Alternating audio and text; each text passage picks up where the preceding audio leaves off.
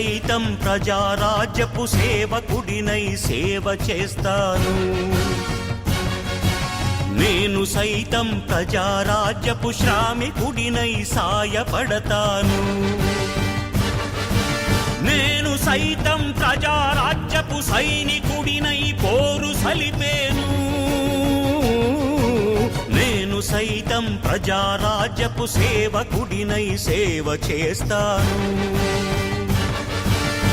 ఈ శుభ సందర్భంలో మహాకవి శ్రీశ్రీ గారి మాటలు ఒక్కసారి గుర్తు చేస్తున్నారు. స్వాతంత్ర్యం, సమభావం, సౌభ్రాత్రం, సౌహార్దం పునాదులై ఇళ్ళు లేచి జనావళికి శుభం పూచి శాంతి శాంతి కాంతి శాంతి జగమంతా జయిస్తుంది. ఈ స్వప్నం ఫలిస్తుంది. రాజకీయం నా ఇంటి అడ్రస్సు కాదు, నా ఒంటి డ్రెస్సు కాదు. ఆకలితో పెరిగాను, అబద్ధాలతో కాదు. ఎవరైనా కష్టాల్లో ఉంటే గుండెలకు హత్తుకుని ఓదార్చడమే నాకు తెలుసు. ఆ కాసేపు వాళ్ళు నవ్వుతూ చూస్తుంటే ఆనందపడే సాదాసేద ఆత్మీయ. ఇది యుద్ధం కదయ్యా, యజ్ఞం. ప్రభుత్వంతో పరిచయించుకోవటం మన హక్కు. ఆ హక్కును లంచంతో కొనొద్దు. నీడ కోరిన పేదవాడికి గూడునే చూపించగా, తోడుకోరు అనాథ బాలకి అండనే అందించగా, నీరు కోరిన మూగనేలకి ఏరునే పంపించగా, తారలంటిన ధరల మంటల వేడినే చల్లార్చగా, దశాబ్దాలుగా వెలుగు చూడని దీన ప్రాణుల కళ్ళలో వేయి సూర్యుల కాంతితో చిరునవ్వులే వెలిగించగా. నాయకుడెప్పుడు కులంలోంచి పుట్టడు, జాతిలోంచి పుడతాడు. ఈ కండవాళ్ళు పెట్టిన తిండితో బలపడింది.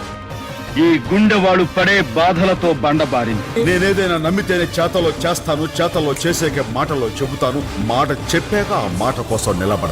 ఒక్కసారి విశ్వకవి రవీంద్రనాథ్ ఠాగూర్ మాటలు గుర్తు చేసుకోండి. ఎక్కడ మనసు నిర్భయంగా ఉంటుందో, ఎక్కడ మానవుడు సగర్వంగా తలెత్తుకుని తిరగలడో, ఎక్కడ మన చదువు విజ్ఞానం మూఢనమ్మకాల్లో ఇంకిపోదో, ఎక్కడ ఒక మనిషి తోటి మనిషిని దోచుకోడో, అక్కడ ఆ స్వేచ్ఛ స్వర్గంలోకి భగవంతుడా నా ఈ దేశాన్ని మేలుకొలుపు అంటూ ఆయన గీతాంజలి రచించాడు. ఆయన కలగన్న స్వేచ్ఛ స్వర్గంలోకి నా దేశాన్ని నడిపించడానికి ఈ రక్తాంజలి రాష్ట్రం. తెల్లరేకుల శాంతి పుష్పం నేలపై పూయించగా, పచ్చ పైరుల క్రాంతి పంటని పుడమిపై పండించగా, ఎర్ర సూర్యుడి శక్తి మొత్తము నిత్య వ్యాప్తం చేయగా, రంగురంగుల కొత్త జగతిని భూమిపై సృష్టించగా, నింగినేలకి నిచ్చెనల్లే నిలుచు జెండా సాక్షిగా, రాష్ట్ర ఖ్యాతిని అన్య జాతుల గొంతులలో మ్రోగించగా, నేను సైతం ప్రజారాజ్యపు సేవకుడినై సేవ చేస్తాను. నేను సైతం ప్రజారాజ్యపు శ్రామికుడినై సాయపడతాను. నేను సైతం ప్రజారాజ్యపు సైనికుడినై పోరు సలిపేను. నేను సైతం ప్రజారాజ్యపు సేవకుడినై సేవ చేస్తాను.